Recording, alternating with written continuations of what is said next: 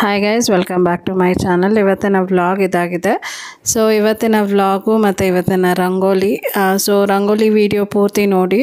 So ಇದು ಶುಕ್ರವಾರದ ರಂಗೋಲಿ. ಮೊದಲು ಕೂಡ ಶೇರ್ ಮಾಡಿದ್ದೀನಿ ಇದೇ ರಂಗೋಲಿನ. ಸೊ ಹೊಸ ವ್ಯೂವರ್ಸ್ ಯಾರ್ಯಾರು ಇದ್ದೀರಾ ಅವರೆಲ್ಲ ನೋಡಿರಲ್ಲ, ಹಂಗಾಗಿ ನಾನು ರಿಪೀಟ್ ಮಾಡ್ತಾಯಿದ್ದೀನಿ ಇದೇ ರಂಗೋಲಿ.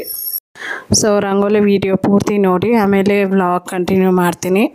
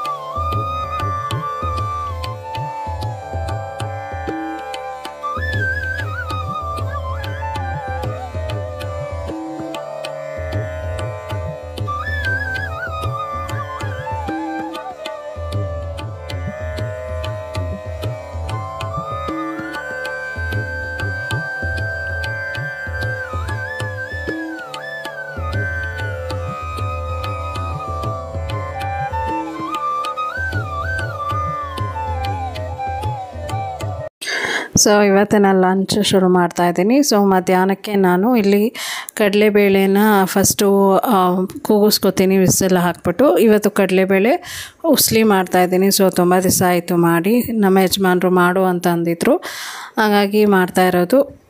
ನನಗೆ ಇದೆಲ್ಲ ಜಾಸ್ತಿ ಇಷ್ಟ ಆಗೋದಿಲ್ಲ, ಬಟ್ ಅವರಿಗೆ ತುಂಬ ಇಷ್ಟ. ಯಾಕಂದರೆ ಇದು ಉತ್ತರ ಕರ್ನಾಟಕದ ಕಡೆ, ಅವ್ರ ಊರಲ್ಲಿ ತುಂಬ ಜಾಸ್ತಿ ಮಾಡ್ತಾರೆ, ಹಾಗಾಗಿ ಸರಿ ಮಾಡ್ತಾಯಿದ್ದೀನಿ ನಾನು. ಈಗ ಕಡಲೆಬೇಳೆ ಏನಿದೆ ನೋಡಿ, ಅದನ್ನು ಕುಕ್ಕರಲ್ಲಿ ಒಂದು 4-5 ವಿಸಿಲ್ ಕೂಗಿಸ್ಕೊತೀನಿ. ಹಾಗೆ ಇಲ್ಲಿ ಮೊಟ್ಟೆನ ನಾನು ಬಾಯ್ಲ್ ಮಾಡೋಕ್ಕೆ ಇಡ್ತಾಯಿದ್ದೀನಿ. ಮೊದಲಿಗೆ ಏನೇನು ಬೇಯಿಸ್ಬೇಕು, ಏನೇನು ವಿಸಿಲ್ ಹಾಕ್ಸ್ಬೇಕು ಕುಕ್ಕರಲ್ಲಿ, ಅದನ್ನೆಲ್ಲ ಮಾಡಿಕೊಂಡ್ರೆ ಅಡುಗೆ ಮಾಡೋಕ್ಕೆ ಈಸಿ ಆಗುತ್ತೆ ಅಂದ್ಬಿಟ್ಟು ಮೊದಲು ನಾನು ಇವಾಗ ಮೊಟ್ಟೆನ ತೊಗೊಂಡು ಮೊಟ್ಟೆನ ಬಾಯ್ಲ್ ಮಾಡೋಕ್ಕೆ ಹಾಕ್ತಾಯಿದ್ದೀನಿ. ಸೊ 5 ಮೊಟ್ಟೆ. ಕುಕ್ಕರು ಇನ್ನೊಂದು ಕುಕ್ಕರ್ ಇದೆ, ಬಟ್ ಅದು ವಿಸಿಲ್ ಬರ್ತಾಯಿಲ್ಲ. ಅಂದಿದ್ರೆ ಕುಕ್ಕರ್ಗೆ ಹಾಕ್ಬಿಟ್ಟು ವಿಸಿಲ್ ಹೊಡೆಸ್ಬಿಡ್ತಾಯಿದ್ದೆ. ಸುಮಾರು ಒಂದು 5 ಮೊಟ್ಟೆ ತೊಗೊಂಡಿದ್ದೀನಿ. ಇವಾಗ ಉಪ್ಪನ್ನ ಹಾಕ್ಬಿಟ್ಟು ನಾನು ಗ್ಯಾಸ್ ಮೇಲೆ ಇಟ್ಬಿಡ್ತೀನಿ. ಸುಮಾರು ಒಂದು 10 ನಿಮಿಷ ಚೆನ್ನಾಗಿ ಬಾಯ್ಲ್ ಆಗಬೇಕು.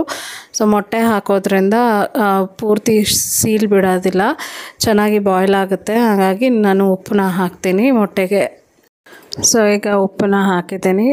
ಒಂದು 10 ನಿಮಿಷ ಚೆನ್ನಾಗಿ ಮೊಟ್ಟೆ ಬಾಯ್ಲ್ ಆದರೆ ಸರಿ ಹೋಗುತ್ತೆ. ಇವಾಗ ನಾನು ಬೆಂಡೆಕಾಯಿ ಸಾರು ಮಾಡಬೇಕು, ಹಾಗೆ ಟೊಮೆಟೊ ಫ್ರೈ ಮೊಟ್ಟೆ ಫ್ರೈ ಮಾಡಬೇಕು. ಹಾಗಾಗಿ ಎಲ್ಲನೂ ಈ ಬಾಸ್ಕೆಟಲ್ಲಿ ಹಾಕ್ಕೊಂಡು ವಾಶ್ ಮಾಡಿ ಇಟ್ಕೊಂಡಿದ್ದೀನಿ. ಅದು ನೀರು ಸೋರ್ತಾಯಿತ್ತು, ಹಾಗಾಗಿ ಕೆಳಗಡೆ ಒಂದು ಬಾಣಲಿ ಇಟ್ಟಿದ್ದೀನಿ. ನೀರು ಸೋರಿದ್ರೆ ಮತ್ತು ಸ್ಲ್ಯಾಬೆಲ್ಲ ಗಲೀಜಾಗುತ್ತೆ ಅಂತ ಅದರಲ್ಲಿ ಹಾಕಿಟ್ಟಿದ್ದೀನಿ. ಈಗ ಈರುಳ್ಳಿನೆಲ್ಲ ಚಾಪ್ ಮಾಡ್ಕೊತಾ ಇದ್ದೀನಿ. ಸೊ ಮೊದಲಿಗೆ ನಾನು ಸಾರು ಮಾಡೋದಕ್ಕೆ ಅಂದ್ಬಿಟ್ಟು ಈರುಳ್ಳಿನ 4 ಪೀಸ್ ಮಾಡಿಕೊಂಡು ಕಟ್ ಮಾಡ್ಕೊತೀನಿ. ಮೊದಲಿಗೆ ಸಿಪ್ಪೆ ಎಲ್ಲ ತೆಗಿತಾ ಇದ್ದೀನಿ. ಇವತ್ತು ತುಂಬ ರೆಸಿಪಿ ಮಾಡ್ತಾಯಿದ್ದೀನಿ. ಸುಮಾರು ಒಂದು 3 ಐಟಮ್ ಮಾಡ್ತಾಯಿದ್ದೀನಿ. ಏನಂದರೆ ಮೊದಲು ಉಸ್ಲಿ ಮಾಡ್ಕೊತೀನಿ, ಹಾಗೆ ಸಾರು ಮಾಡ್ಕೊತೀನಿ, ಬೆಂಡೆಕಾಯಿ ಸಾರು, ಹಾಗೆ ಟೊಮೆಟೊ ಅಂತಲೇ ಬರ್ತಾಯಿದೆ, ಎಗ್ ಫ್ರೈ ಮಾಡ್ಕೊತೀನಿ. ಸೊ ಇಷ್ಟೆಲ್ಲ ಮಾಡ್ಕೊಳ್ಳೋದಕ್ಕೆ ಸ್ವಲ್ಪ ಈರುಳ್ಳಿ ಜಾಸ್ತಿನೇ ಬೇಕು. ಈಗ ಮೊದಲಿಗೆ ಸಾರು ಮಾಡ್ಕೊಳ್ಳೋದಕ್ಕೆ ನಾನು ಈರುಳ್ಳಿನ 4 ಪೀಸ್ ಹಾಗೆ ಕಟ್ ಮಾಡ್ಕೊತೀನಿ. ಸೊ ನಾನು ಇದೇ ರೀತಿ ಮಾಡೋದು ಬೆಂಡೆಕಾಯಿ ಸಾಂಬಾರು ಅಂದರೆ ಸ್ವಲ್ಪ ಹುಳಿ ಜಾಸ್ತಿ ಹಾಕಿ ಮಾಡ್ತೀವಿ. ನಮಗೆ ತುಂಬ ಇಷ್ಟ. ಒಂದು ಸ್ವಲ್ಪ ಹುಳಿ ಜಾಸ್ತಿ ಇದ್ದರೆ ಈ ಚೆನ್ನೈ ಕಡೆ ಎಲ್ಲ ಮಾಡ್ತಾರೆ ನೋಡಿ, ತಮಿಳ್ನಾಡು ಕಡೆ ಸ್ವಲ್ಪ ಹುಳಿ ಮತ್ತು ಖಾರ ಎಲ್ಲ ಜಾಸ್ತಿ ಹಾಕಿ ಮಾಡ್ತಾರೆ. ಸೊ ಆ ರೀತಿ ಮಾಡಿದರೆ ನನಗೆ ತುಂಬ ಇಷ್ಟ, ಯಾಕಂದರೆ ನಮ್ಮ ಮಮ್ಮಿ ಎಲ್ಲ ಅದೇ ರೀತಿ ಮಾಡ್ತಾಯಿದ್ರು, ಹಾಗಾಗಿ ನಾನು ಅದನ್ನೇ ಫಾಲೋ ಮಾಡ್ತೀನಿ. ಈಗ ಈರುಳ್ಳಿ ಏನಿದೆ ನೋಡಿ ಅದನ್ನು 4 ಪೀಸಾಗಿ ಕಟ್ ಮಾಡ್ಕೊತಾ ಇದ್ದೀನಿ. ಹಾಗೆ ಇದಾದಮೇಲೆ ಇನ್ನೊಂದು ಚೂರು ಕೂಡ ನಾನು ಈರುಳ್ಳಿನ ಕಟ್ ಮಾಡ್ಕೊಂಡಿದ್ದೆ ಸಣ್ಣಕ್ಕೆ, ಅದು ಕೂಡ ಪ್ಲೇಟಲ್ಲಿ ಹಾಕಿ ಇಟ್ಟಿದ್ದೀನಿ ನೋಡಿ, ಸೈಡಲ್ಲಿದೆ. ಮತ್ತು ಇದನ್ನು ಕೂಡ ಪ್ಲೇಟಿಗೆ ಶಿಫ್ಟ್ ಮಾಡ್ಕೊತೀನಿ. ಸೊ ಇದಾದಮೇಲೆ ನಾಟಿ ಟೊಮೆಟೊ ತೊಗೊಂಡಿದ್ದೀನಿ. ನಾಟಿ ಟೊಮೆಟೊ ಕೂಡ ನಾನು ಚಾಪ್ ಮಾಡ್ಕೊತೀನಿ 4 ಪೀಸಾಗಿ. ಇದನ್ನೆಲ್ಲ ಹುರಿದ್ಬಿಟ್ಟು ನಾನು ಮಿಕ್ಸಿ ಮಾಡ್ಕೊತೀನಿ. ಸೊ ಹಾಗಾಗಿ ಈ ಥರ 4 ಪೀಸು ನಾನು ಮಧ್ಯದ ಭಾಗ ಏನಿದೆ ನೋಡಿ ಆ ಟೊಮೆಟೊಗೆ ಅದನ್ನು ನಾನು ಯೂಶಲಿ ತೆಗೆದುಬಿಡ್ತೀನಿ. ಸೊ ಅದು ತೆಗೆದ್ರೆ ಕಿಡ್ನಿ ಸ್ಟೋನ್ ಆಗಲ್ಲ ಅಂತ ಹೇಳ್ತಾರೆ, ಹಾಗಾಗಿ ನಾನು ತೆಗಿತೀನಿ. ಈಗ ನಾಟಿ ಟೊಮೆಟೊ ತೊಗೊಂಡ್ರೆ ಸ್ವಲ್ಪ ಹುಳಿ ಹುಣಸೆಹಣ್ಣು ಜಾಸ್ತಿ ಹಾಕೋದು ಬೇಕಿಲ್ಲ, ಹಾಗಾಗಿ ನಾಟಿ ಟೊಮೆಟೊನ್ನೇ ನಾನು ಯೂಸ್ ಮಾಡ್ತಾಯಿದ್ದೀನಿ. ಇನ್ನೊಂದು ಏನಂದರೆ ನಾಟಿ ಟೊಮೆಟೊ ಹಾಕೋದ್ರಿಂದ ರುಚಿ ಚೆನ್ನಾಗಿರುತ್ತೆ. ನಾವು ತುಂಬ ಸತಿ ಅನ್ಕೋತೀವಿ ಯಾಕೆ ಅಡುಗೆ ಟೇಸ್ಟಾಗಿ ಬರ್ತಾಯಿಲ್ಲ ಅಂತ. ಫಾರಮ್ ಟೊಮೆಟೊ ಯೂಸ್ ಮಾಡಿದರೆ ಅಷ್ಟು ಟೇಸ್ಟಿಯಾಗಿರಲ್ಲ, ಬಟ್ ನಾಟಿ ಟೊಮೆಟೊ ಯೂಸ್ ಮಾಡಿ ನೋಡಿ, ಪ್ರತಿಯೊಂದು ಅಡುಗೆಲೂ ರುಚಿ ಚೆನ್ನಾಗಿರುತ್ತೆ. ಹಾಗೆ ಕೆಲವರು ಹುಳಿ ಜಾಸ್ತಿ ತಿಂತಾರೆ, ಕೆಲವರು ಕಮ್ಮಿ ತಿಂತಾರೆ, ನಾವು ಸ್ವಲ್ಪ ಜಾಸ್ತಿನೇ ತಿಂತೀವಿ. ಈಗ ಟೊಮೆಟೊ ಎಲ್ಲ ಚಾಪ್ ಆದಮೇಲೆ ಈಗ ಇದು ಕೊತ್ತಂಬರಿ ಏನಿದೆ ನೋಡಿ ಅದನ್ನು ಚಾಪ್ ಮಾಡ್ಕೊತಾ ಇದ್ದೀನಿ. ರಫಾಗಿ ಚಾಪ್ ಮಾಡ್ಕೊತಾ ಇದ್ದೀನಿ ನಾನು. ಇದನ್ನು ಕೂಡ ಒಂದು ಸೈಡಲ್ಲಿ ಪ್ಲೇಟಲ್ಲಿ ಹಾಕಿಟ್ಕೊತೀನಿ. ಹಾಗೆ ಈ ಕಡೆ ಇನ್ನೊಂದು ಸ್ವಲ್ಪ ಟೊಮೆಟೊ ಕೂಡ ಸಣ್ಣದಾಗಿ ಚಾಪ್ ಮಾಡಿಕೊಂಡೆ. ಹಾಗೆ ಹಸಿಮೆಣಸಿನ್ಕಾಯಿ ಕೂಡ ಒಂದೇ ಸತಿ ಶಾಪಿಂಗ್ ಕೆಲಸ ಎಲ್ಲ ಆದರೆ ಆಮೇಲೆ ಅಡುಗೆ ಕೂಡ ನಾನು ಈಸಿಯಾಗಿ ಮಾಡ್ಬೋದು ಅಂದ್ಬಿಟ್ಟು ಫಸ್ಟು ಚಾಪಿಂಗ್ ಕೆಲಸ ಎಲ್ಲ ಮುಗಿಸ್ಕೊತಾ ಇದ್ದೀನಿ.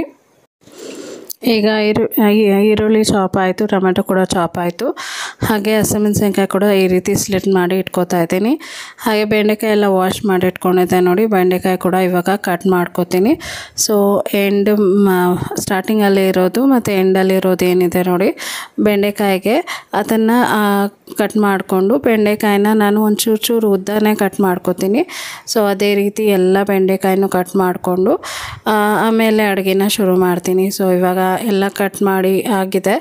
ಇವಾಗ ನೋಡಿ ಮೊಟ್ಟೆಯನ್ನು ನಾನು ಬಾಯ್ಲ್ ಮಾಡೋಕ್ಕಿಟ್ಟಿದ್ದೆ, ಅದು ಕೂಡ ಚೆನ್ನಾಗಿ ಬಾಯ್ಲ್ ಆಗ್ತಾಯಿದೆ. ಇವಾಗ ಆಫ್ ಮಾಡಿಬಿಡ್ತೀನಿ. ನಾನು ಆಫ್ ಮಾಡಿಬಿಟ್ಟು ಅದನ್ನು ಸೈಡ್ಗೆ ಇಟ್ಬಿಡ್ತೀನಿ, ಸ್ವಲ್ಪ ತಣ್ಣಗಾಗಲಿ ಅಂದ್ಬಿಟ್ಟು. ನೆಕ್ಸ್ಟು ನಾನು ಇವಾಗ ಒಂದು ಬಾಣಲಿನ ಇಡ್ತೀನಿ. ಹಾಗೆ ನಾನು ಏನು ಕಡಲೆಬೇಳೆ ಏನಿಟ್ಟಿದ್ದೆ ನೋಡಿ ಅದು ಕೂಡ ಚೆನ್ನಾಗಿ ಬೆಂದಿದೆ. ಸ್ವಲ್ಪ ವಿಸಿಲ್ ತಣ್ಣಗಾಗಬೇಕು, ಆಮೇಲೆ ವಿಸಿಲ್ ಓಪನ್ ಮಾಡ್ತೀನಿ. ಇವಾಗ ನಾನು ಬಾಣಲಿಯಲ್ಲಿ ಒಂಚೂರು ಎಣ್ಣೆ ಹಾಕಿ ಸಾಸಿವೆ ಜೀರಿಗೆನ ಹಾಕ್ತಾಯಿದ್ದೀನಿ. ಹಾಗೆ ಈರುಳ್ಳಿ ಕೂಡ ಹಾಕ್ತಾಯಿದ್ದೀನಿ. ಸೊ ಈ ರೆಸಿಪಿ ತುಂಬ ಚೆನ್ನಾಗಿತ್ತು, ಟ್ರೈ ಮಾಡಿ ನೋಡಿ, ನಿಮಗೂ ಇಷ್ಟ ಆಗ್ಬೋದು. ಮತ್ತು ಮನೇಲಿ ಯಾವಾಗಾದ್ರೂ ತರಕಾರಿ ಇಲ್ಲದೆ ಇರಬೇಕಾದ್ರೆ ಬೇಳೆಕಾಳಂತೂ ಇದ್ದೇ ಇರುತ್ತೆ. ಸೊ ಆವಾಗ ಈ ರೀತಿ ಬೇಳೆ ಹಾಕ್ಬಿಟ್ಟು ಉಸ್ಲಿ ಮಾಡ್ಕೋಬೋದು, ಹೆಲ್ದಿ ಕೂಡ, ಹಾಗೆ ಫುಲ್ ಆಫ್ ಪ್ರೋಟೀನ್ಸ್ ಅಂತ ಹೇಳ್ತೀನಿ. ಸೊ ಈರುಳ್ಳಿ ಹಾಕಿದ್ಮೇಲೆ ಈರುಳ್ಳಿ ಚೆನ್ನಾಗಿ ಬಾಡಿಸ್ಕೊತಾ ಇದ್ದೀನಿ. ಈರುಳ್ಳಿ ಒಂದು ಸ್ವಲ್ಪ ಕಲರ್ ಚೇಂಜ್ ಆಗಬೇಕು, ಅಲ್ಲಿ ತನಕ ಇದನ್ನು ನಾನು ಬಾಡಿಸ್ಕೊತೀನಿ.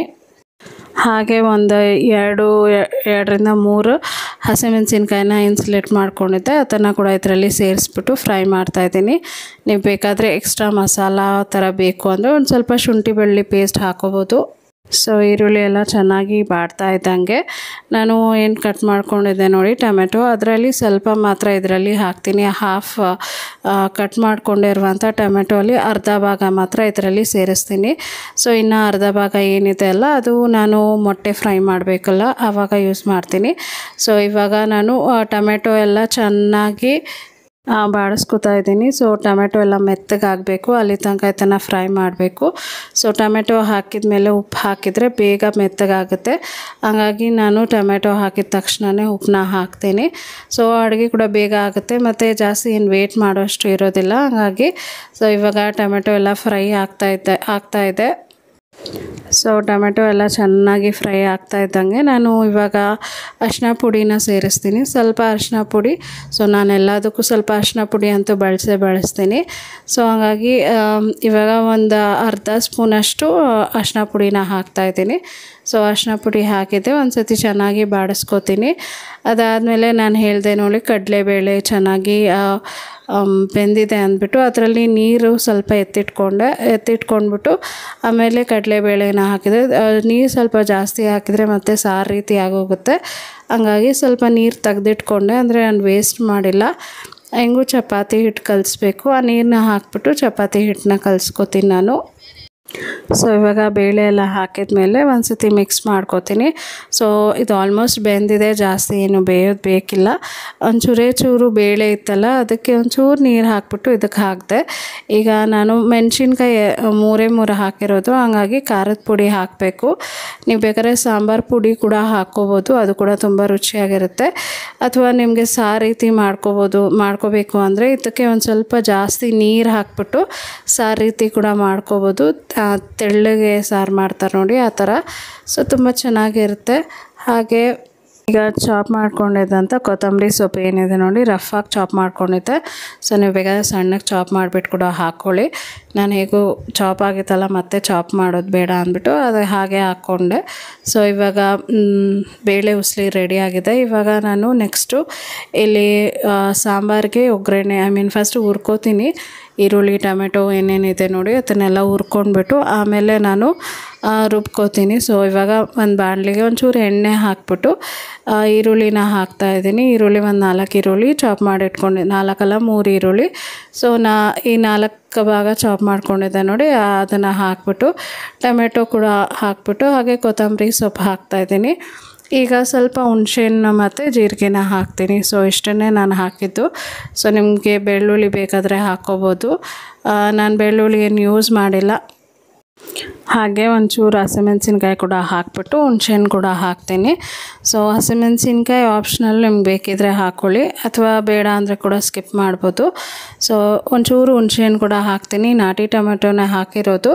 ಸೊ ಬಟ್ ಸ್ವಲ್ಪ ಹುಣಸೆಹಣ್ಣು ಇದ್ದರೆ ಚೆನ್ನಾಗಿರುತ್ತೆ ಅಂದ್ಬಿಟ್ಟು ಸೊ ನಾವು ಯಾವಾಗಲೂ ಇದೇ ರೀತಿ ಮಾಡೋದು. ನಮ್ಮ ಮಮ್ಮಿ ತುಂಬ ಮಾಡೋರು ಇದನ್ನು. ನಮ್ಮ ಯಜಮಾನ್ರಿಗೆ ಮಮ್ಮಿ ಮಾಡಬೇಕಾದ್ರೆ ತುಂಬ ಇಷ್ಟ ಆಗೋದು. ಸೊ ಇವಾಗ ಏನೇನು ಫ್ರೈ ಮಾಡಿದ್ದೀನಿ ನೋಡಿ, ಅದೆಲ್ಲ ಚೆನ್ನಾಗಿ ಫ್ರೈ ಆಗಿದೆ. ಅದನ್ನು ಒಂದು ಸೈಡ್ಗೆ ಇಟ್ಟಿದ್ದೀನಿ ತಣ್ಣಗಾಗೋಕ್ಕೆ. ಈ ಕಡೆ ಇನ್ನೊಂದು ಬಾಣಲಿ ಇಟ್ಟಿದ್ದೀನಿ. ಮೊದಲಿಗೆ ನಾನು ಬೆಂಡೆಕಾಯಿನ ಚೆನ್ನಾಗಿ ಬಾಡಿಸ್ಕೊತೀನಿ. ಸೊ ಬಾಣಲಿಗೆ ಒಂಚೂರು ಎಣ್ಣೆ ಹಾಕ್ಬಿಟ್ಟು ಬೆಂಡೆಕಾಯಿನ ಹಾಕೋತೀನಿ. ಸೊ ಬೆಂಡೆಕಾಯಿ ಫಸ್ಟು ಉರಿಬೇಕು, ಆಮೇಲೆ ಚೆನ್ನಾಗಿರುತ್ತೆ. ಬೆಂಡೆಕಾಯಿ ಇದರಲ್ಲಿ ಫ್ರೈ ಆಗಿದೆ. ಇದರಲ್ಲೇ ಮಸಾಲೆ ಹಾಕ್ಬಿಟ್ಟು ಸಾರು ಕೂಡ ಮಾಡ್ತೀನಿ ನೋಡಿ. ಇವಾಗ ಬೆಂಡೆಕಾಯಿ ಏನೇನು ನಾನು ಕಟ್ ಮಾಡ್ಕೊಂಡಿದ್ದೆ ಅದನ್ನೆಲ್ಲ ಇದರಲ್ಲಿ ಹಾಕಿದ್ದೀನಿ ಇವಾಗ. ಸೊ ನಾನು ಯಾವಾಗೂ ಇದೇ ರೀತಿ ಮಾಡ್ತೀನಿ. ತುಂಬ ರುಚಿಯಾಗಿರುತ್ತೆ, ಟ್ರೈ ಮಾಡಿ ನೋಡಿ. ಸೊ ಬೆಂಡೆಕಾಯಿನ ಫ್ರೈ ಮಾಡಿಬಿಟ್ಟು, ಸೊ ಬೆಂಡೆಕಾಯಿ ಒಂದು ಕಡೆ ಫ್ರೈ ಆಗ್ತಾ ಇದ್ದಾಗ ಈ ಕಡೆ ನಾನು ಮಸಾಲೆನೆಲ್ಲ ಮಿಕ್ಸಿ ಜಾರಿಗೆ ಹಾಕ್ಕೊಂಡಿದ್ದೀನಿ. ನಾನು ಇವಾಗ ಇದಕ್ಕೆ ಸಾಂಬಾರು ಪೌಡರ್ನ ಸೇರಿಸ್ತೀನಿ. ನೀವು ಬೇಕಾದ್ರೆ ಖಾರದ ಪೌಡ್ರು, ಧನಿಯಾ ಪೌಡ್ರ್ 2 ಕೂಡ ಹಾಕ್ಕೋಬೋದು. ನಾನು ಜಸ್ಟ್ ಸಾಂಬಾರು ಪೌಡ್ರ್ ಅಷ್ಟೇ ಹಾಕ್ತೀನಿ. ಸೊ ಸಾಂಬಾರು ಪೌಡ್ರ್ ಹಾಕ್ಬಿಟ್ಟು ಚೆನ್ನಾಗಿ ರುಬ್ಕೊತೀನಿ. ನುಣ್ಣಗೆ ರುಬ್ಕೋಬೇಕು, ಆವಾಗಲೇ ರುಚಿ ಜಾಸ್ತಿ. ತರಿಯಾಗಿ ಸ್ವಲ್ಪ ಕೂಡ ತರಿ ಇರಬಾರ್ದು. ಇವಾಗ ನೋಡಿ ಬೆಂಡೆಕಾಯಿ ಎಲ್ಲ ಚೆನ್ನಾಗಿ ಫ್ರೈ ಆಗಿದೆ. ಸೊ ಇದು ಸ್ಟೀಲ್ ಬಾಣಲಿ ಆಗಿರೋದ್ರಿಂದ ಅದು ಕಪ್ಪಗೆ ಆಗಿಬಿಡುತ್ತೆ. ಬೇಗ ಇದು ಬೇಗ ಫ್ರೈ ಆಗುತ್ತಲ್ಲ ಬೆಂಡೆಕಾಯಿ, ಹಂಗಾಗಿ ಅದು ಬೇಗನೆ ಅದು ತಳ ಹಿಡಿದು ಬಿಡುತ್ತೆ, ಹಂಗಾಗಿ ಹಂಗೆ ಕಾಣ್ತಾ ಇದೆ.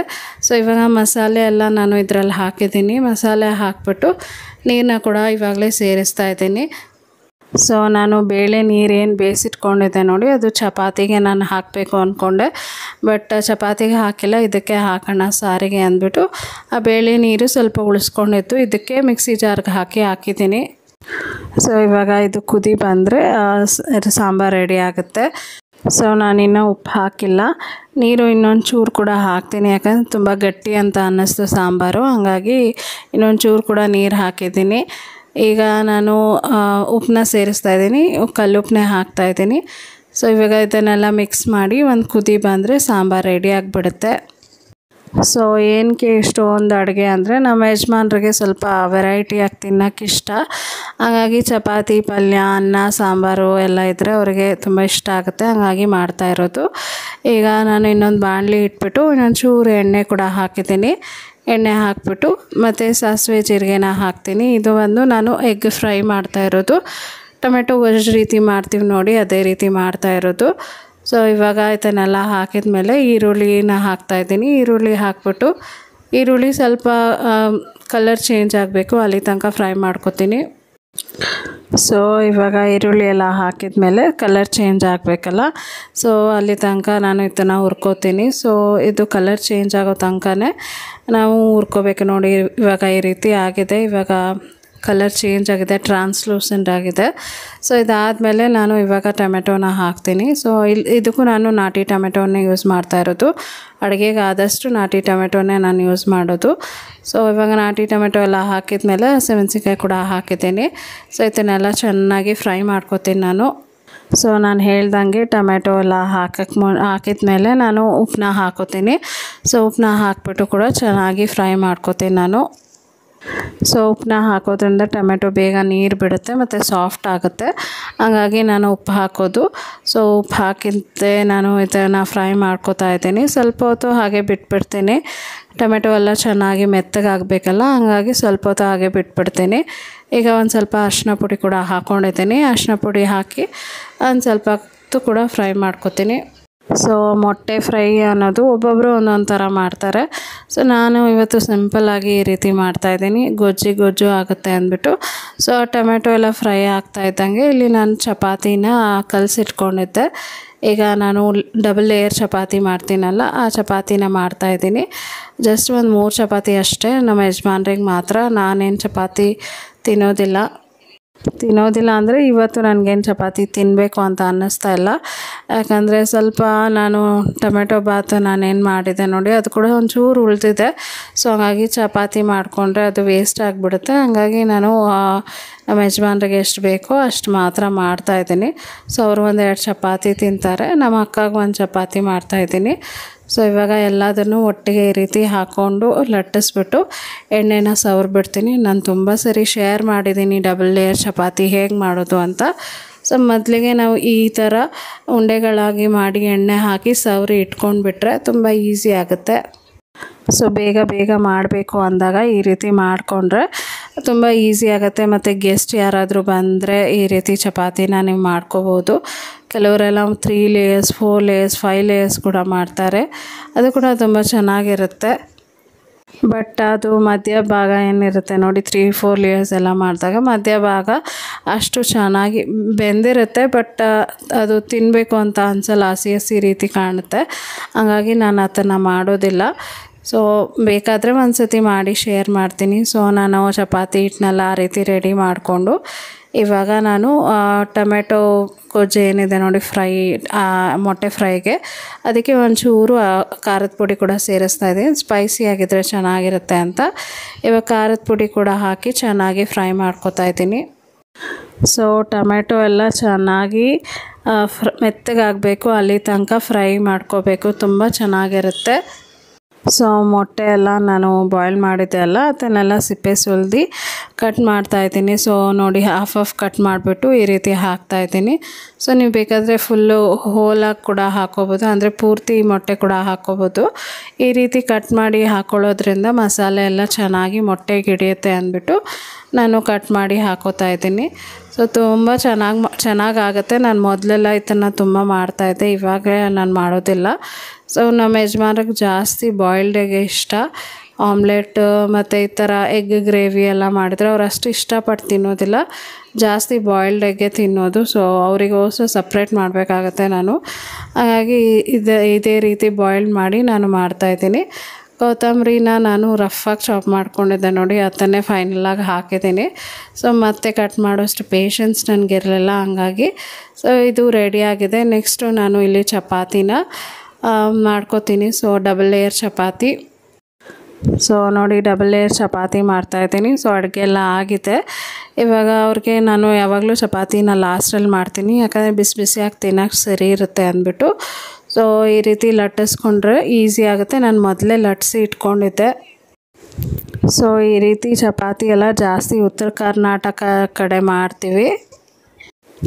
ಸೊ ಬಿಸಿ ಬಿಸಿಯಾಗಿ ಚಪಾತಿ ಮಾಡಿಬಿಟ್ಟು ನಮ್ಮ ಯಜಮಾನ್ರಿಗೆ ಪ್ಲೇಟಲ್ಲಿ ಕೊಟ್ಬಿಡ್ತೀನಿ. ಟೈಮ್ ತುಂಬ ಲೇಟ್ ಆಯಿತು ಇವತ್ತು, ಅಡುಗೆ ಮಾಡೋಕ್ಕೆ 3:30 ಆಗೋಯ್ತು. ಯಾಕಂದರೆ ಎಲ್ಲ ರೆಡಿ ಮಾಡಿ ಐಟಮ್ ಜಾಸ್ತಿ ಇತ್ತಲ್ಲ, ಹಂಗಾಗಿ ಲೇಟ್ ಆಗೋಯ್ತು. ನಮ್ಮ ಯಜಮಾನ್ರು ಕೋಪ ಮಾಡಿಕೊಂಡ್ರು. ಸೊ ಯಾಕಂದರೆ ಅವರು ಹಸು ತಡೆಯಲ್ಲ, ತುಂಬ ಅಂದರೆ ಹಸುವಾಗಿದ್ದ ತಕ್ಷಣ ಅವ್ರಿಗೆ ತಿನ್ಬಿಡಬೇಕು, ಜಾಸ್ತಿ ಹೊತ್ತು ತಡೆಯೋದಿಲ್ಲ. ಸೊ ಇವಾಗ ಚಪಾತಿ ಎಲ್ಲ ಒಂದು ಮೇಲೆ ಒಂದು ಮಾಡ್ಕೋತಾ ಇದ್ದೀನಿ. ಸೊ ಇವತ್ತಿನ ವ್ಲಾಗು ನಿಮ್ಗೆ ಇಷ್ಟ ಆದರೆ ದಯವಿಟ್ಟು ಲೈಕ್ ಮಾಡಿ, ಶೇರ್ ಮಾಡಿ, ಕಮೆಂಟ್ ಮಾಡಿ, ಸಬ್ಸ್ಕ್ರೈಬ್ ಮಾಡಿ. ಮತ್ತು ಯಾರೆಲ್ಲ ಹೊಸ್ದಾಗಿ ನೋಡ್ತಾ ಇದ್ದೀರಾ ನೋಡಿ, ದಯವಿಟ್ಟು ಪೂರ್ತಿ ವಿಡಿಯೋ ನೋಡಿ ಸಪೋರ್ಟ್ ಮಾಡಿ ಅಂತ ಕೇಳ್ಕೊತೀನಿ. ಹಾಗೆ ಸಂಜೆ ಹೊತ್ತು ನಾನು ಲೈವ್ ಮಾಡೋದ್ರಿಂದ ನನ್ನ ಲೈವ್ಗೂ ಬಂದು ಸಪೋರ್ಟ್ ಮಾಡಿ. ಸೊ ಇವಾಗ ಚಪಾತಿ ಆಗಿದೆ. ಫೈನಲಾಗಿ ನಾನು ಪ್ಲೇಟಲ್ಲಿ ಸರ್ವ್ ಮಾಡ್ತಾಯಿದ್ದೀನಿ. ಸೊ ನೋಡಿ ಈ ರೀತಿ ಆಗಿದೆ. ಸೊ ಮತ್ತು ನಾಳೆ ನಾನು ಇನ್ನೊಂದು ವಿಡಿಯೋ ಒಂದಿಗೆ ನಾನು ನಿಮ್ಮನ್ನ ಭೇಟಿ ಆಗ್ತೀನಿ. ಅಂಟಿಲ್ ದೆನ್ ಟೇಕ್ ಕೇರ್, ಬಾಯ್.